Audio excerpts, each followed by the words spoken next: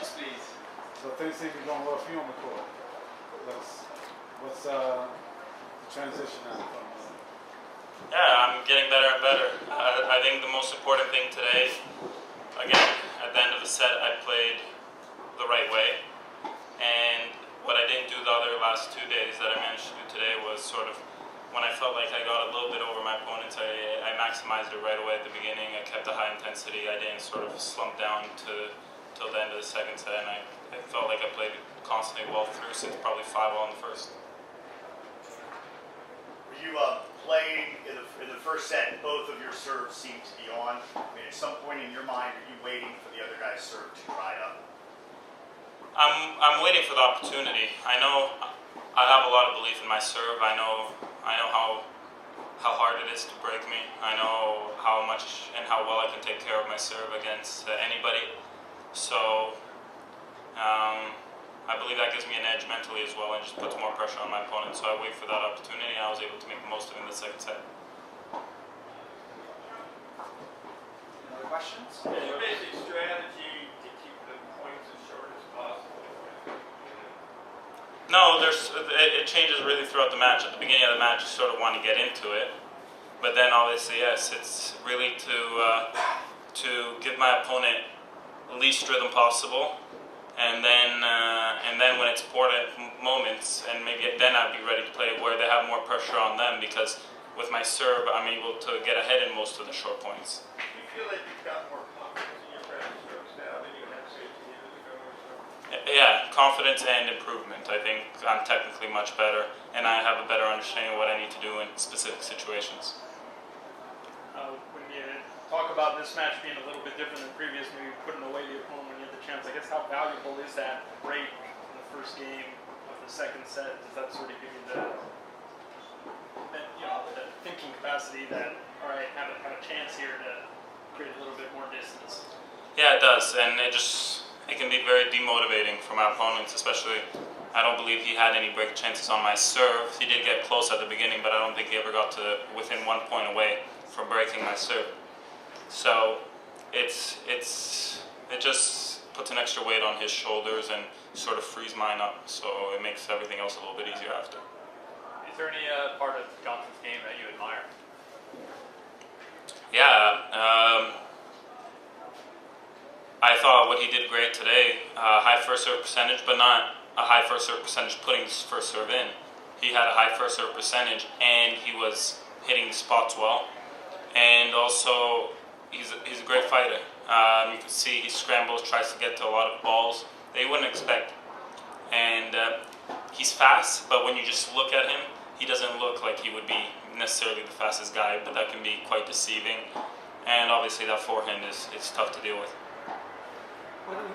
Yeah, I have a question about the way you think versus the way we think. We meaning the people who are telling the stories.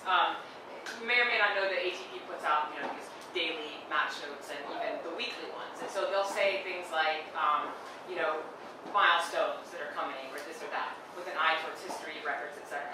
If you and Vasek get to the final, I would imagine that would be a milestone, some kind of historical thing. Do you ever think about stuff like that before the fact? No. I follow what Vasek does, but and I want him to do well, but at the same time I'm just so caught up in sort of what I need to do, what my recovery process is from here to the next match, and there's still a lot of tennis for both of us to be played. He's got 4 sets to win. To get there, I got 2, so a lot can happen in those times, but I definitely would want that to be a scenario, and hopefully this week, and if not this week, maybe in the future. What do you know about Donald Young's game and his path through his career to this point? Pretty much not his game so much, but his path, pretty much all of it. I was a year younger than him, and he was the guy you sort of looked up to, that everybody was labeling the next big thing, and the next number one, and all those sort of things came with it. So I followed what he's done. I followed it closely, especially when I was younger, and I still continue to follow it. He had a great, I believe it was 2011. I think he got into the top 50, even possibly top 40. He was in that range.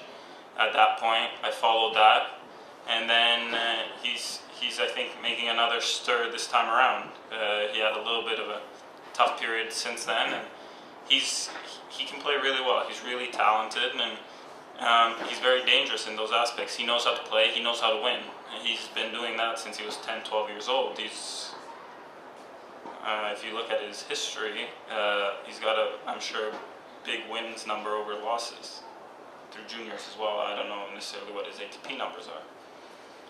So it's different. He's had a lot of opportunities. He's made the most of some he hasn't. But those things don't really matter. Everything that has happened goes out the window, and tomorrow's just another match. So you said? Yeah, thanks. You're surging, Vasek's surging, Genie's surging, even though she's not here this week. You're all headed home in a couple of days. Tell me how important Rogers is and its star players are to Tennis Canada and Canadian tennis fans. And also, is there any added pressure when you go to Rogers? There is added pressure, but for myself, because I would say it's probably the most important tournament to me outside of the four slams, where I want to do well. But at the same time, it's not really a pressure because I've been fortunate enough to play my best tennis in Canada. So I look forward to it, and obviously it's great to have Canadians doing well, and you want them to do well. It just helps the sport beyond professional levels, more so on the aspect of just growing the sport, maybe more kids getting involved. I have a super serious question. There was a long debate on the ESPN commentary booth about your hair, saying you have the best hair in the ATP, and comparing you with putting you up there with Fernando Verdasco. What are your thoughts on that?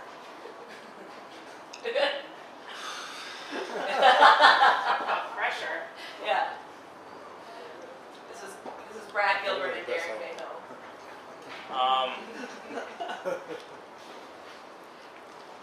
Is that weird for you? Which part? that it's a serious topic on ESPN? Maybe if we talked about other things, they'd televise tennis more on ESPN. There we go. Well, do you feel your hair is special? I tried to make it special, not just for myself, for the viewers as well.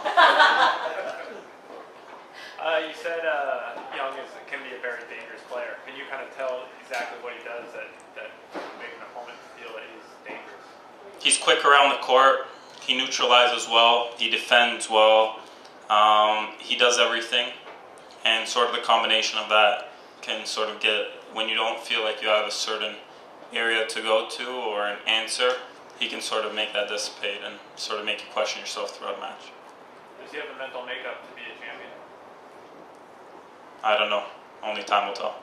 Last question, please. Milos, this time last year you were trying to make some changes to your game. Now, what do you feel like is the most improvement in your game that you feel? I think I've gotten better outside of the physical part. I've gotten better of knowing what I need to do.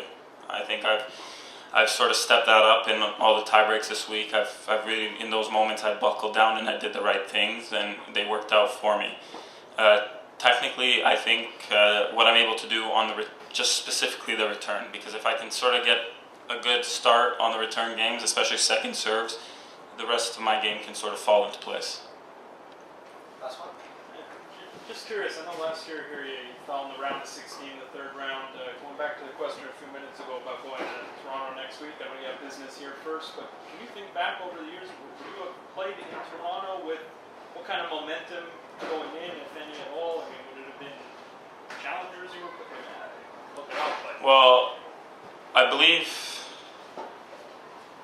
I did not get a wild card. So 2010 was the only time I ever had a wild card there, and I played many challengers, probably 3, but I don't think I ever played exactly the week right before. But now, since Wimbledon, I haven't played anything. So, and also it's different, you know. I'm used to playing at this top level. I've done it for a few years now. I'm used to playing well in back-to-back tournaments. So there's no issue of sort of the preparation is maybe too much, too little.